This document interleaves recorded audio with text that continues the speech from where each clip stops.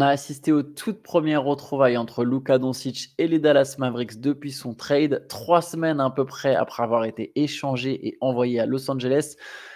Il jouait donc pour la première fois contre son ancienne équipe et les Lakers ont battu les Mavericks 107-99 avec le premier triple-double de Luka Doncic sous les couleurs de Los Angeles. 19 points, 15 rebonds, 12 passes et on peut ajouter 3 interceptions et 2 contres. On peut ajouter accessoirement que c'est le 3e joueur de l'histoire à réaliser un triple-double contre les 30 franchises de la NBA, vu que maintenant il peut en faire contre les Dallas Mavericks. Il lui manquait que Dallas. Alors qu'est-ce que j'ai pensé de ce match ? J'ai trouvé qu'il y avait de la nervosité tout à fait légitime de la part de Luka, ce qui explique qu'il a été un peu maladroit. Par contre, je l'ai trouvé bon dans le jeu, j'ai trouvé la connexion avec LeBron, avec les autres, de plus en plus intéressante. Ça se peaufine et ils continuent de travailler ensemble.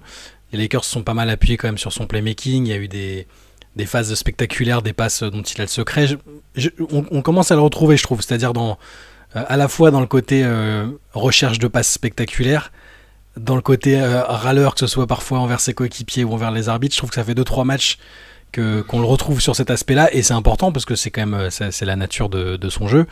Mais paradoxalement, même si on doit parler de Luka et que c'est lui qui a un peu été au centre de l'histoire, qu'à la fin il y a eu des très belles embrassades avec ses anciens coéquipiers qui n'avaient pas du tout l'air d'être en train de saluer un ancien tyran qui leur a fait vivre un enfer parce qu'il n'était pas assez sérieux, soit dit en passant. Mais j'ai trouvé que c'était pas tellement Luka qui avait été le plus décisif dans ce match. Mais tu veux peut-être d'abord ajouter des choses au sujet des autres, enfin au sujet de son match peut-être.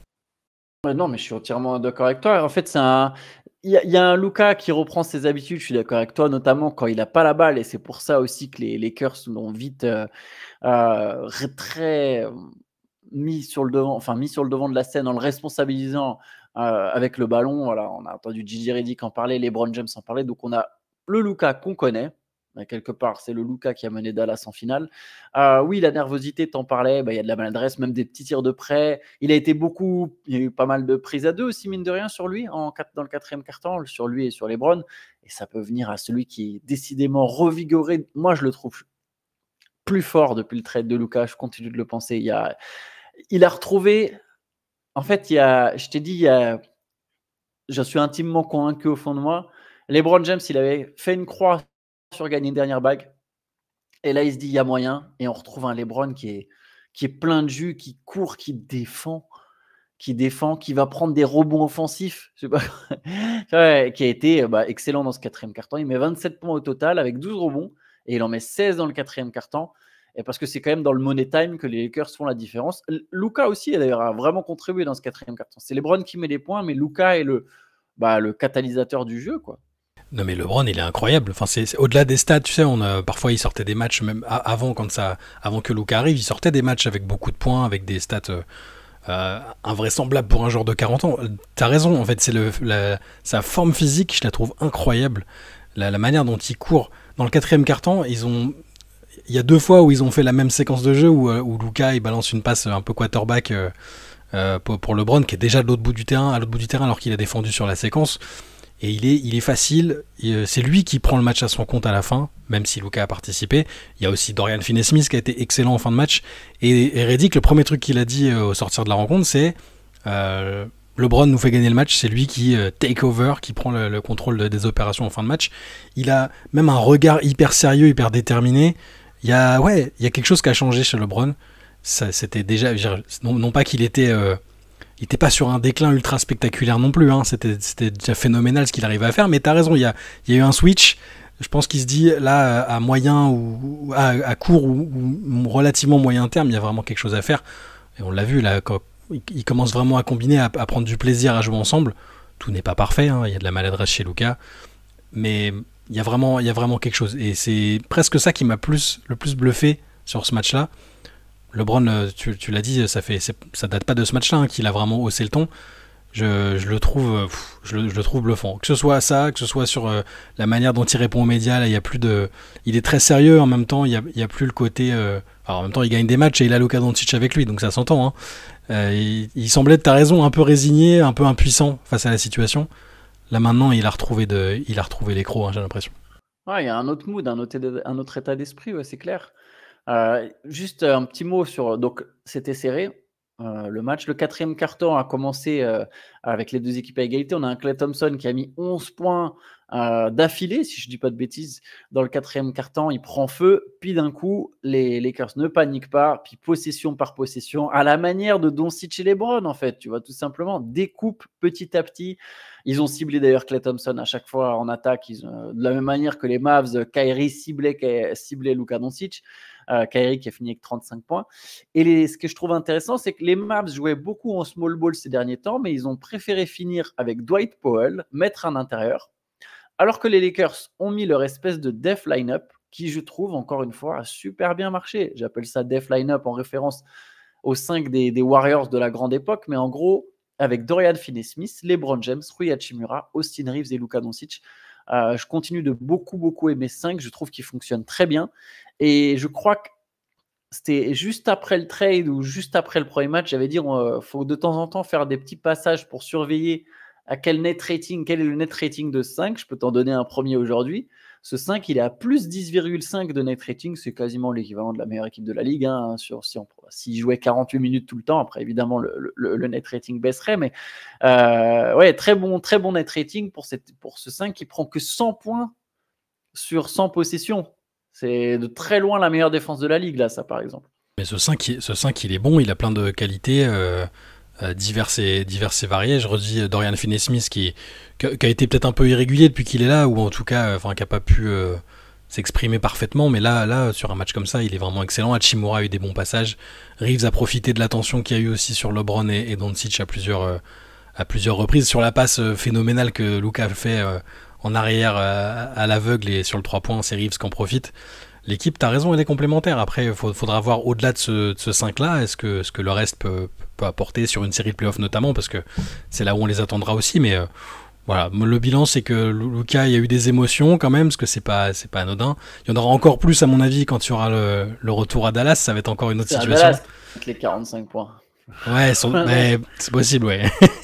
Mais voilà, c'était des scènes sympas quand même de le revoir, de le voir avoir des embrassades avec quasiment tout le monde. Avec Kyrie, c'était encore un peu plus soutenu parce que tu sens qu'il y a une vraie admiration, une vraie amitié. Il l'a redit après. Et il a dit c'est mon hermano encore, on est lié à vie jusqu'à la fin. Kyrie qui a été bon, hein, tu l'as dit, il a mis 35 points, il a encore lui aussi fait danser quelques adversaires. C'est à nouveau pas contre les Mavs, mais je les trouve un peu limités pour battre une équipe qui est en confiance comme le sont les Lakers. Après, pour leur défense, il leur manque quand même un certain Anthony Davis. Ça change beaucoup de choses, vu que c'est la pièce majeure qu'ils ont récupérée en l'échange de Luka Doncic. Juste sur les embrassades, sur toute l'émotion qu'il y avait de Luka Doncic et ses coéquipiers, tu vois que ses anciens coéquipiers, il y en a qui font même l'effort, qui prennent l'initiative de venir absolument pour venir le saluer. Je veux dire, ces gars-là sont allés à la guerre ensemble. Ils ont joué une finale NBA ensemble. Tu vois ce que je veux dire? Ils sortent d'une finale NBA, ça donne encore tout le côté plus bizarre à ce trade. Et d'ailleurs, Anthony Davis, pour lui, a eu aussi eu le droit à son hommage de la part des Lakers. Anthony Davis qui est toujours blessé. Et oui, forcément, Dallas, le problème, c'est que derrière, en plus, ça pousse, quoi. C'est ce qu'on répète, on ne cesse de répéter, mais derrière les autres équipes, Dallas est descendu à la 9e place, par exemple, après cette défaite. On en parlait hier dans le podcast, hein, avec les questions de la fin de saison, et dans les équipes que j'imaginais glisser, Dallas en fait partie, et bon, ils font bien ce qu'ils peuvent, mais c'est un peu la logique des choses, tant qu'Anthony Davis n'est pas là, et s'il revient dans un futur proche, peut-être que ça changera, mais ça va pas être simple. Yes, on peut enchaîner sur l'équipe qui a pris peut-être la place des Mavericks, même s'il y a eu d'autres matchs plus intéressants. Mais les Warriors ont cartonné les Hornets. Je fais juste l'enchaînement parce que c'est la logique du classement. Donc les Warriors sont passés de la 9e à la 8e place. Victoire 128-92 contre Charlotte. Bon, j'imagine qu'on n'aura pas grand-chose à dire là-dessus, mais Butler et Curry ont encore mis 15 points chacun. Ils n'ont même pas eu besoin. Enfin, Butler, il a joué 19 minutes et Curry 24. Ouais, ils se sont baladés. Les Hornets sont en roue libre, hein. Ils prennent que des cartons. Là, c'est le 3e de suite. Ils sont totalement en roue libre. Mais les Warriors, alors Steve Kerr a dit un truc très juste. Ils n'ont pas le loisir non plus de prendre les équipes de haut parce que ça leur a joué des tours en début de saison. Mais là, avec Butler, ce qui a changé, c'est qu'ils sont tous branchés sur la victoire. Lui, c'est quelqu'un qui amène ça quand il est dans cet état d'esprit-là. Et là, il y a encore Draymond Green qui a parlé du fait que. Il avait dit l'autre jour, on n'en avait pas discuté, mais tu sais, il avait dit en gros, je comprends totalement qu'il ait pu saouler les gens partout où il est passé, Parce qu'en fait, la plupart, il n'y a pas beaucoup de gagnants dans cette ligue, il y a beaucoup plus de perdants que de gagnants, et que quand t'es pas un gagnant, tu vas pas comprendre quelqu'un qui anticipe autant les choses et qui va te parler sur tout et n'importe quoi, qui a des idées sur tout et n'importe quoi, tant que c'est dirigé vers son seul but, c'est-à-dire gagner. Donc, ils s'entendent bien, Draymond et Butler, c'était une des interrogations, ils continuent de le montrer, et là, ils ont tout le monde a contribué, l'adversaire était pour le moins modeste, on va dire, en ce moment, et ils font le job et ils continuent d'être sur leur bonne dynamique. Ouais, les Hornets, ils ont pris 53, puis 42, puis la 36. Il y a quand même une petite progression. Ça, c'est sur les 3 derniers matchs. Pour Butler, il y a un truc, c'est qu'à Golden State, moi, je me doutais vraiment pas que ça allait matcher, notamment avec Draymond Green, parce qu'il y a une compréhension. Tu sais, Jimmy Butler, il a souvent dit, bah ouais, mais il faut bien qu'il y ait quelqu'un qui prenne ce rôle de trou du cul. Tu vois, c'est comme ça qu'il le dit, tu vois. À Golden State, il a pas besoin, en fait. Il y en a déjà un. Et c'est pour ça que ça se passe bien, tu vois. Que ça contribue à bien se passer. Il y a déjà Draymond Green pour assurer ce rôle, en fait. Il est pas obligé de faire ça. Draymond aurait littéralement dit à sa direction, il nous faut un autre connard. Ouais, Avant la ouais. deadline. Alors ça pouvait, j'imagine qu'il pensait à Jimmy Butler, mais il y a d'autres joueurs qui ont cette mentalité-là, qui poussent les équipes à être plus performantes. Ça peut casser quand tout le monde n'est pas sur la même longueur d'onde. Là, les Warriors étaient en mode survie, ça passe ou c'est la fin de l'aventure, et il leur apporte beaucoup de choses dans cet aspect-là. Et ils sont revenus à un demi-match de la 6e place. Ils ont le même nombre de victoires que les Clippers 6e, mais ils ont juste une défaite de plus.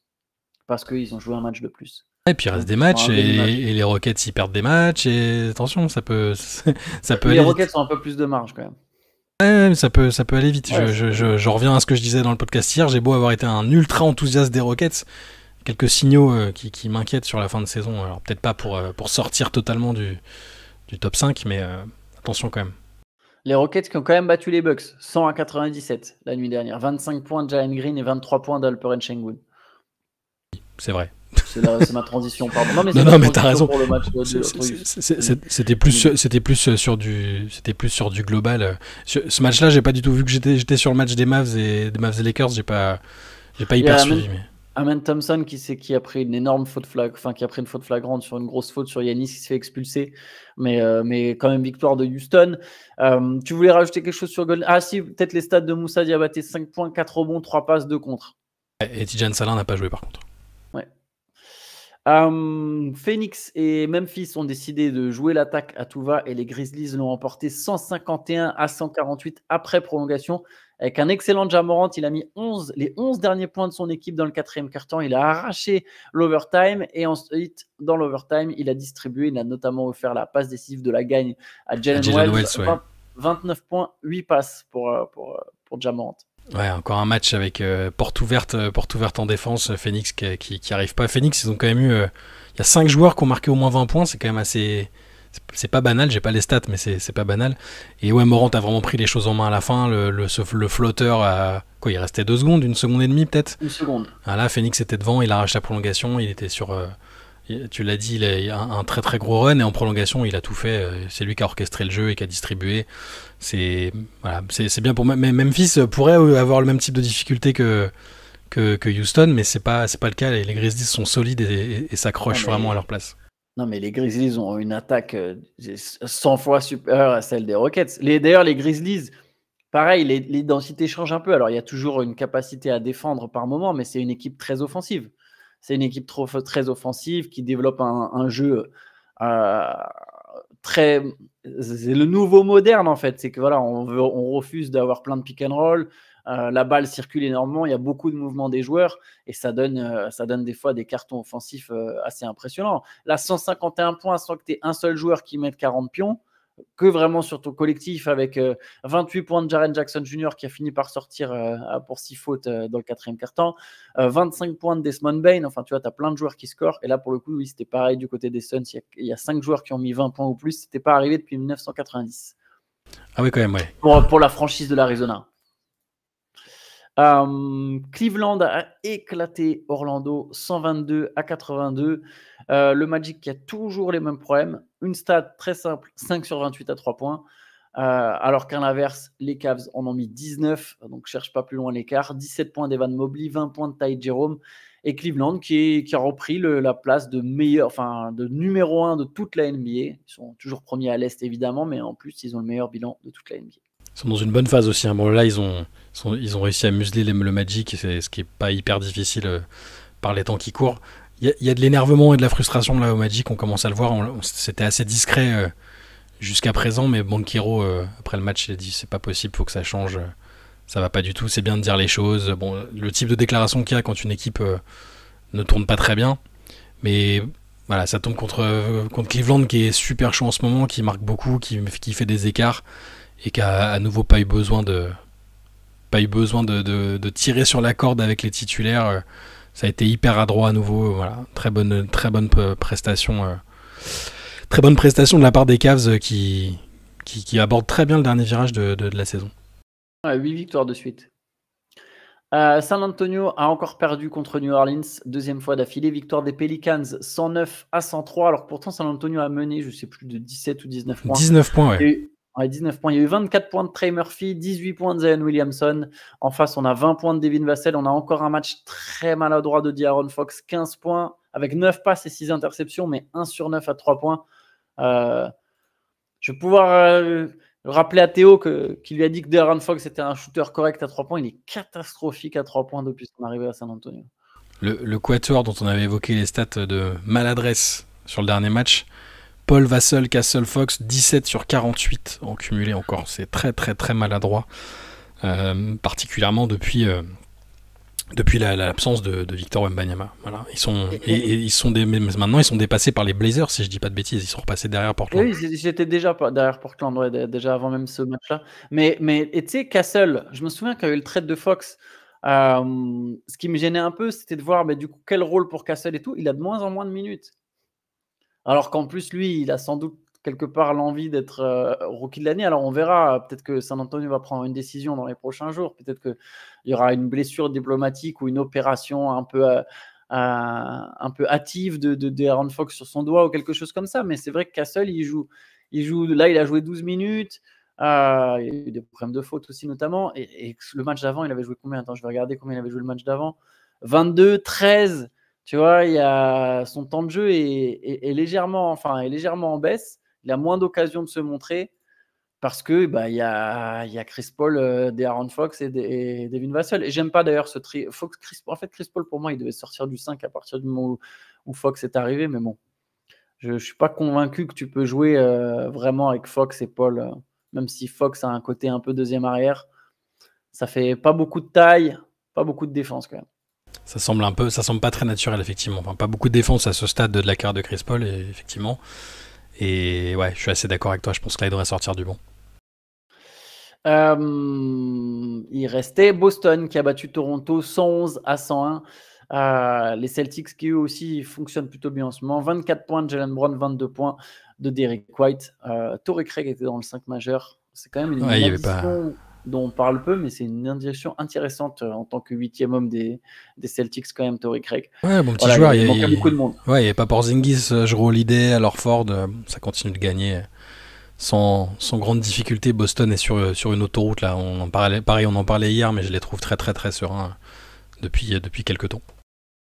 Et pour finir, peut-être un petit mot sur Diana Taurasi qui prend sa retraite, la GOAT qui s'en va, une légende qui s'en va. Diana Taurasi qui a annoncé sa retraite à elle a quel âge ? 40 ans 42 ans. 42 ans, certains diront que ça fait quelques années déjà qu'elle tire un peu sur la corde. Moi, ça me fait quelque chose forcément parce qu'on a une période où là, de plus en plus de gens suivent la WNBA. Les fans les plus récents connaissent Taurasi comme une icône, mais l'ont pas vraiment vu jouer à son meilleur niveau. Ils l'ont vu participer au JO avec Team USA, mais un peu de manière honorifique pour qu'elle ait sa sixième médaille olympique. Et en WNBA, c'est anecdotique depuis pas mal d'années quand même. Mais ça fait bizarre parce qu'il y a plus Sue Bird, il y a plus Diana Taurasi, il y a plus Candace Parker, il y a plus Maya Moore, toutes les joueuses que j'ai adoré suivre pendant des années, que les gens qui se mettent à suivre grâce à Caitlin Clark, grâce à d'autres joueuses qui arrivent, connaissent pas ou peu, donc ça me fait bizarre. Petit coup de blues très attendu parce que 42 ans, parce que Phoenix est en pleine reconstruction. Donc c'est finalement très très logique. On peut rappeler le palmarès quand même, c'est 3 titres de championne WNBA, 2 titres de MVP des finales, 6 médailles olympiques, 13 ou 14 All-Stars, j'ai oublié déjà où elle en était, et surtout une personnalité et une aura incroyable. C'était elle a aidé à ce que la WNBA et le basket féminin américain soient pas dans un total anonymat parce que le trash talk, parce que le charisme, parce que le niveau de jeu aussi. Elle avait son niveau de jeu à son prime était exceptionnel. C'est peut-être la meilleure attaquante qui ait eu, attaquante pure, avec la panoplie qu'on ait pu voir dans l'histoire de la WNBA. Et voilà, ça fait tout drôle. J'ai hâte de voir ce qu'elle va faire. Je pense pas qu'elle va coacher. C'est comme tous les grands et tous les grandes, ou très grands et très grandes. Je pense pas qu'elle soit calibrée pour coacher. Trop d'exigences sans doute. Mais par contre, un petit bouquin avec toutes les anecdotes assez folles qu'elle a déjà commencé à raconter dans des podcasts. Un rôle. Elle disait qu'elle voulait être peut-être propriétaire d'une franchise. Alors ce sera sans doute pas à Phoenix parce que Matisse Bia a réussi à avoir beaucoup d'argent et je pense pas qu'il soit sur le point de vendre. Mais voilà, une légende qui s'en va. GOAT, je ne sais pas. Une des GOAT assurément, et globalement considérée comme la GOAT parce qu'il y a l'aspect médiatique. Moi, je l'adore et elle m'a marqué. Je sais pas si c'est la GOAT, ça se discutera ultérieurement. En tout cas, 6 médailles olympiques, je crois que c'est vraiment le plus fou. Bah, c'est la seule athlète d'un sport collectif à avoir 6 médailles d'or olympiques. C'est insane. Voilà, c'est dingue. À 41 ans, elle avait eu celle-là à Paris. Alors certes, c'était un cadeau. Elle n'était pas indispensable au groupe de Team USA, mais ça reste exceptionnel. Elle a été aussi 3 fois championne du monde. En Europe, elle a surdominé. Plus elle a gagné l'Euroleague. Voilà, il y a absolument rien à retirer. Et j'ai même pas évoqué la carrière universitaire avec UConn où elle a été plusieurs fois championne aussi en étant quasiment à chaque fois la meilleure joueuse de l'équipe. Yes. On va s'arrêter là-dessus. On était en live hier soir sur Twitch. Vous étiez peut-être au rendez-vous. Il y a pas mal de fatigue. On va aller se reposer un petit peu et on se retrouve demain pour un nouveau CQFR. Ciao à tous. Ciao, à demain.